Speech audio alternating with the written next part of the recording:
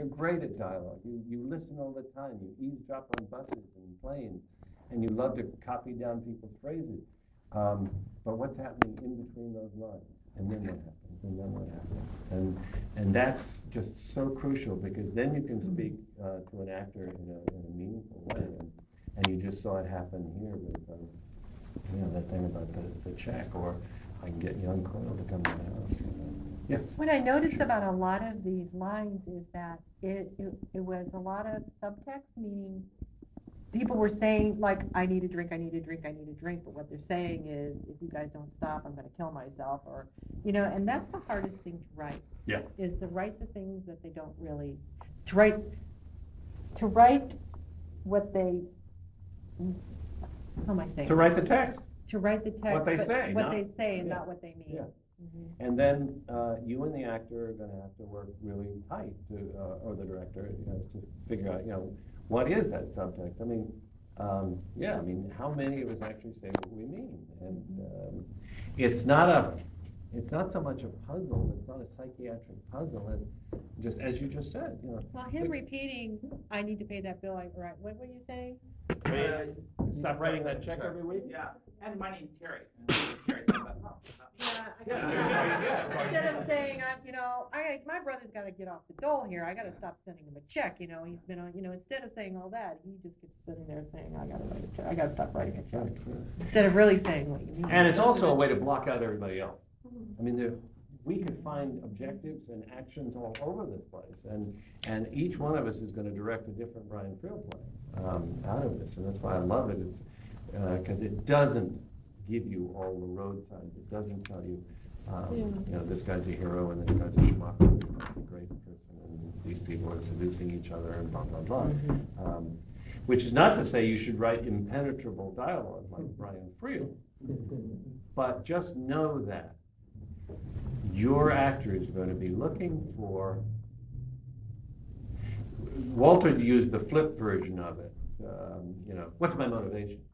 It's more, by what right and authority do I say this line?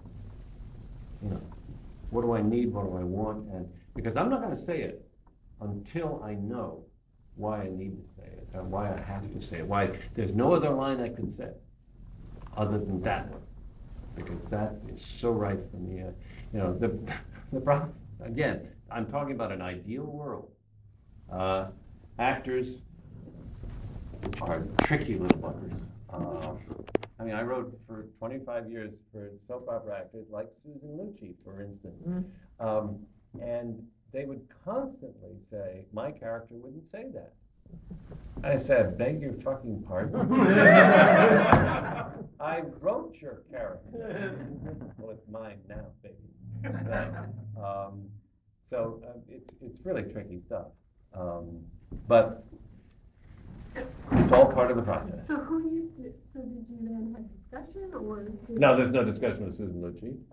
She's a diva. She'll She's stay. a diva. One time we were going to put Silver Cane, one of the many Silver Canes in her life. We were going to put Silver Cane to live in her house, and she saw it in the script and refused to get out of her limo until we wrote backwards so that Silver Cane would not live with her, because she did not want. She was in her 40s, I guess. She did not want somebody 20 years younger than her living in her domicile. And the domicile, look, we're talking about a set here, folks. It's probably maybe 9 feet that way. Yeah, but Erica Kane is who you built, and that's how she would act. Oh, absolutely. Yes. Well, that's so now she's acting herself in real life. She lost trade, but she didn't want somebody with really tight pores living in the same house and being seen in the same. Plus, she has a Vaseline lens that they use. If you watch a scene with her and say David Canary, her pores are fuzzy and his are tight. Whatever. Anyway, at this point, we've gone 55 minutes. I am going to open the floor to questions or thoughts or anything you'd like to, or any directions you want to go in, because these are kind of the things I wanted to open up for. Yes, sir. Just a quick question. You should define the objective optimal action to specifically to scenes, and yet would you apply that to the whole script? Yes. Beginning to end? There's a through line. Yeah. That's my overall objective. Yeah, you can get really kind of. I mean, I know directors who will, stage directors who've gone gone through the whole script and marked out every beat for every actor before they get there. I mean, I think that's looking for trouble, because the actors are gonna wanna find their own beats. And it should be open for discussion, but yeah, because a beat, at least as I was taught in drama school and directing class, a beat changes every time somebody's objective changes. So now you're onto a different thing, but then you also have an objective throughout the whole play. But those objectives tend to be more global, like Victor's looking for meaning in a shit-filled life, something like that. That's hard to play. Something more specific? Yeah, it gets more specific. Plus, each little beat shows you how Victor is looking for meaning in a shit-filled life, whatever it is. Sure.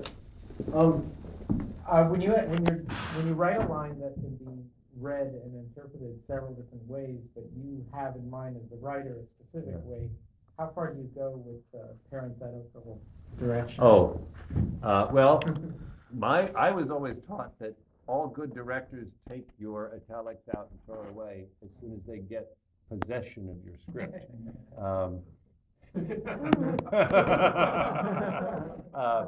And that often happens. Sometimes they'll use it, if you want this to be an ironic line, you can put ironically, but I would hope that the reader would catch on, if he gets an appreciation for your character, unless it's really early on. But I would hope. And then they told us in directing class, though this rule is always abused, never give a line reading to an actor. But sometimes, I mean, if you're working on a low-budget movie and Kevin Bacon is lying there about to have an arrow thrust up through his throat, you're not going to say, well, I'm waiting for you to come up with the right line reading, dear. You're going to say ow. Ow! Okay. But yeah, all of the above. It's amazing. That's why so many writers are directing their own stuff now, because just like you, they have these horrible thoughts about they're going to destroy this, aren't they? Questions, thoughts, reactions. I have a question. Yeah. You had a line, a scene that you wrote, and the actress doesn't want to do it, and you don't want to. You have a standoff. Who mediates it? The director mediates it, and depending on who's got the power, usually, I mean, I was only on the set for Friday the 13th once.